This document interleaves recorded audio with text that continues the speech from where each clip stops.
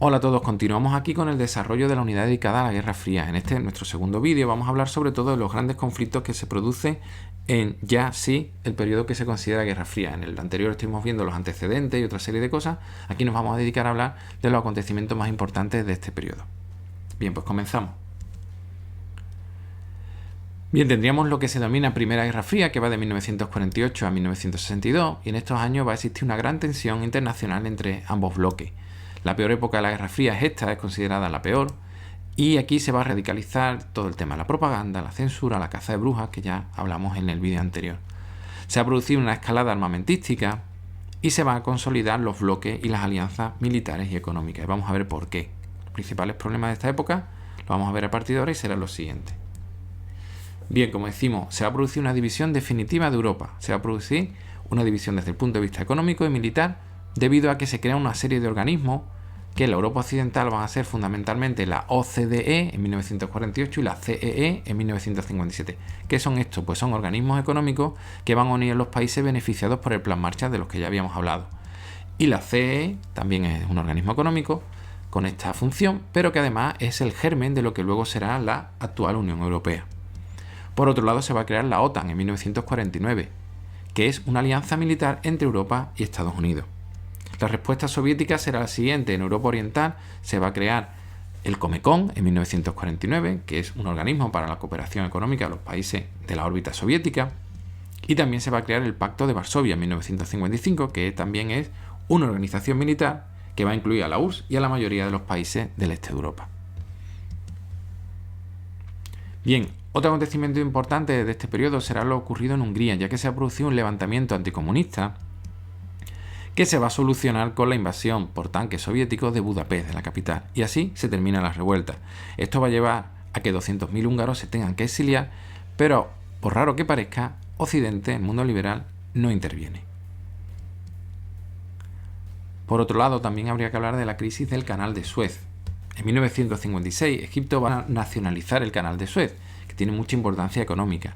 Antes estaba en manos francesas y británicas, que no quieren perder esa oportunidad, así que van a ocupar militarmente el canal, van a tomar el control de él, con la ayuda de Israel, que es un estado nuevo que se había creado en 1948 con el apoyo de Estados Unidos, de Francia y de Gran Bretaña. Pero Estados Unidos, sorprendentemente, va a condenar la ocupación y va a obligar a sus aliados a retirarse y a dejar el Canal de Suez en manos egipcias. ¿Por qué hace eso? Bien, fundamentalmente porque Estados Unidos no quería que Egipto se acercara a la Unión Soviética. No quería ver a los aliados como enemigos y, por tanto, acercarse a la Unión Soviética.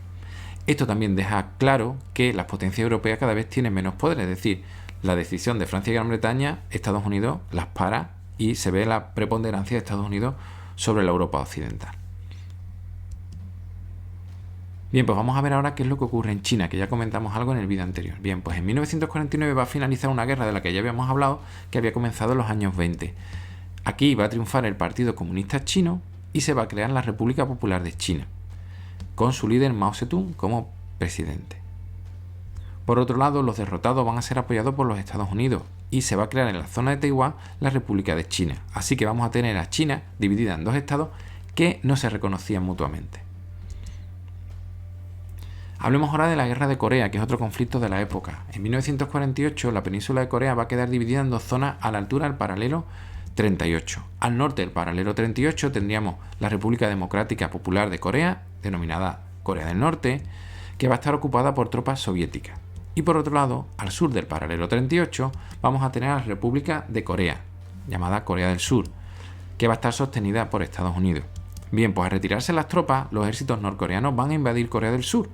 Así que se va a producir la Guerra de Corea, que va del 50 al 53, en la que la ONU va a apoyar a Corea del Sur y Estados Unidos, obviamente, también va a enviar tropas allí. Y luego, por otro lado, China va a apoyar a Corea del Norte. Así que vamos a tener ahí un conflicto que se produce en el 53, un armisticio, un alto el fuego, pero que realmente no se llega a ningún acuerdo de paz, por lo que técnicamente en la actualidad esa guerra sigue abierta entre ambos países. Bien, veamos ahora qué es lo que ocurre en Cuba, que va a tener mucha importancia en el final de este periodo. Bien, pues desde inicio del siglo XX, Estados Unidos es la potencia principal del continente americano y mediante las acciones de la CIA, de su agencia de inteligencia, va a derrocar gobiernos o va a mantener dictadores afín al gobierno estadounidense en el poder. En 1959, triunfa en Cuba una revolución que derroca a uno de esos dictadores, a Fulgencio Batista.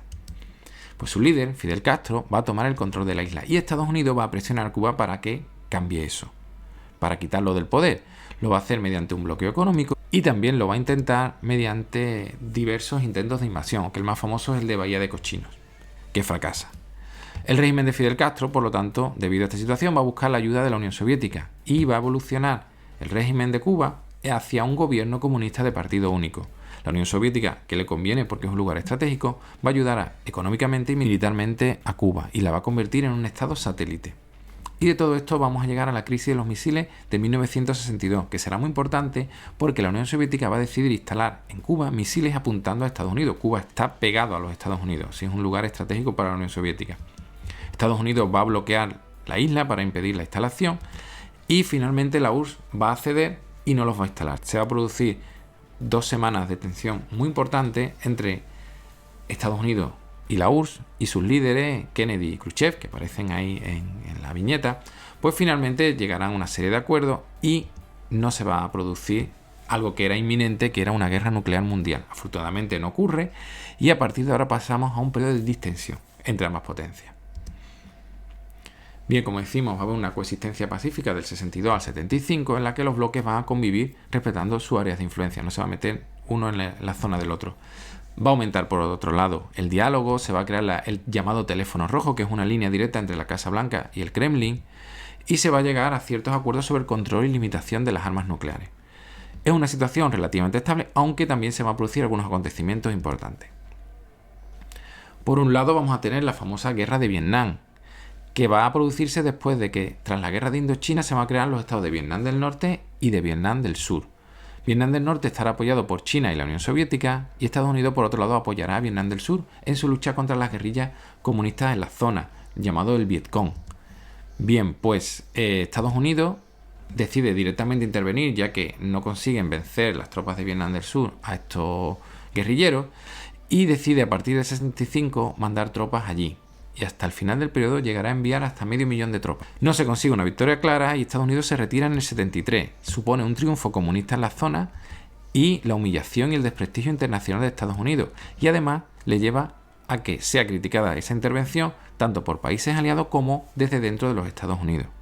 De eso hablaremos inmediatamente. Luego se va a producir un fenómeno de rebeldía contra Estados Unidos y contra la Unión Soviética, porque se va a poner en tela de juicio este poder de estas dos grandes potencias y la división del mundo en dos bloques. Se va a producir, por un lado, en China, por ejemplo, un distanciamiento de la Unión Soviética y un acercamiento, por lo tanto, a Estados Unidos. Checoslovaquia se va a producir una revuelta contra la Unión Soviética, la llamada Primavera de Praga en el 68, que será duramente reprimida por las tropas soviéticas. Luego Francia, por ejemplo, va a establecer una política antiestadounidense, va a discrepar de ciertas medidas de la OTAN, va a estar en contra de algunas políticas estadounidenses, incluso va a desarrollar armamento nuclear por su cuenta y se va a distanciar un poco como decimos, de Estados Unidos. Y por otro lado, en el 68, tanto en Estados Unidos como en Europa, se van a producir movimientos pacifistas y de protesta fundamentalmente contra la guerra de Vietnam. Tenemos ahora otro periodo de tensión, la llamada Segunda Guerra Fría, que va del 75 al 85 y que ya a partir del 74 se va a producir una serie de revoluciones y guerras civiles que van a desafiar el poder estadounidense en el mundo. La URSS no va a participar, pero va a aprovechar de que esos territorios los pierda Estados Unidos para apoyar a estos nuevos gobiernos que surjan allí. Bien, pues esta aparente ofensiva, porque realmente la Unión Soviética no hace nada directamente, pues vamos a tener esta ofensiva en países como en África, donde se van a crear regímenes prosoviéticos en varios lugares, como en Etiopía, en Angola, en Mozambique, en Yemen del Sur y también en la península arábiga. En Indochina también se va a producir sucesos parecidos, Vietnam va a llegar a invadir Camboya y se va a producir una guerra civil allí. Y también en Centroamérica va a haber la revolución sandinista que va a triunfar en Nicaragua y la guerra civil de El Salvador. Un tema importante de este periodo es lo que ocurre en Afganistán, donde teníamos que en 1979 teníamos un gobierno prosoviético que tenía problemas con grupos guerrilleros fundamentalistas islámicos y la URSS interviene en su apoyo y va a ocupar el país hasta 1988. El objetivo de la URSS no es tanto controlar Afganistán, sino que no se expandiera el fundamentalismo islámico de estos grupos, los llamados talibanes. No lo va a conseguir y los fundamentalistas finalmente se van a hacer con el poder con el apoyo de Estados Unidos. Bien, pues la aparente ofensiva soviética va a ser una de las causas del triunfo de Ronald Reagan en 1980, que será el nuevo presidente de Estados Unidos. Este antiguo actor de cine era un republicano muy conservador y defensor de reafirmar el liderazgo mundial de Estados Unidos. Había que superar el trauma de lo que había ocurrido en Vietnam. Así que Estados Unidos cambia su manera de actuar y ahora va a financiar y va a preparar guerrillas que van a luchar contra los regímenes hostiles. Estas tropas denominadas contra o contrarrevolucionarias van a intervenir en Iberoamérica, en África y en Asia contra esos gobiernos prosoviéticos. También se va a desarrollar nuevo armamento, se van a producir nuevos misiles y armas, incluidos, por ejemplo, la bomba de neutrones. Y también se van a dar operaciones relámpago contra pequeños países. Se va a intervenir en países como Granada, Libia o Panamá para hacer cambios de gobierno, etc. Llegamos ahora al final de la Guerra Fría, porque la Guerra Fría termina desapareciendo el bloque comunista. ¿Por qué o de qué forma ocurre esto? Bien, pues esto se inicia con la llegada al poder de la Unión Soviética de Mikhail Gorbachev en el 85. Fue el líder soviético más joven, unos 54 años cuando llega al poder, y era muy reformista y partidario del desarme. Así que se produce los siguientes acontecimientos que llevan al final de la Guerra Fría. Por un lado, va a firmar con Estados Unidos un acuerdo para eliminar los misiles de alcance intermedio en 1987. Y luego también, de esta forma, va a finalizar la carrera armamentística entre ambos bloques. También se va a producir la retirada de tropas de la URSS de Afganistán en el 89, finaliza la retirada. Y también van a salir tropas de otros países de la Europa del Este, lo que va a llevar a que se produzcan revoluciones democráticas como consecuencia de esto. Y esto va a terminar llevando a la queda del muro de Berlín en 1989, por lo tanto a la reunificación alemana y finalmente a la desaparición de la Unión Soviética, que lo hace en 1991. Y de esta forma, al desaparecer la URSS, supone el fin del bloque comunista y por lo tanto el fin de la Guerra Fría. Y aquí termina también nuestro vídeo, espero que os haya parecido interesante y gracias por verlo.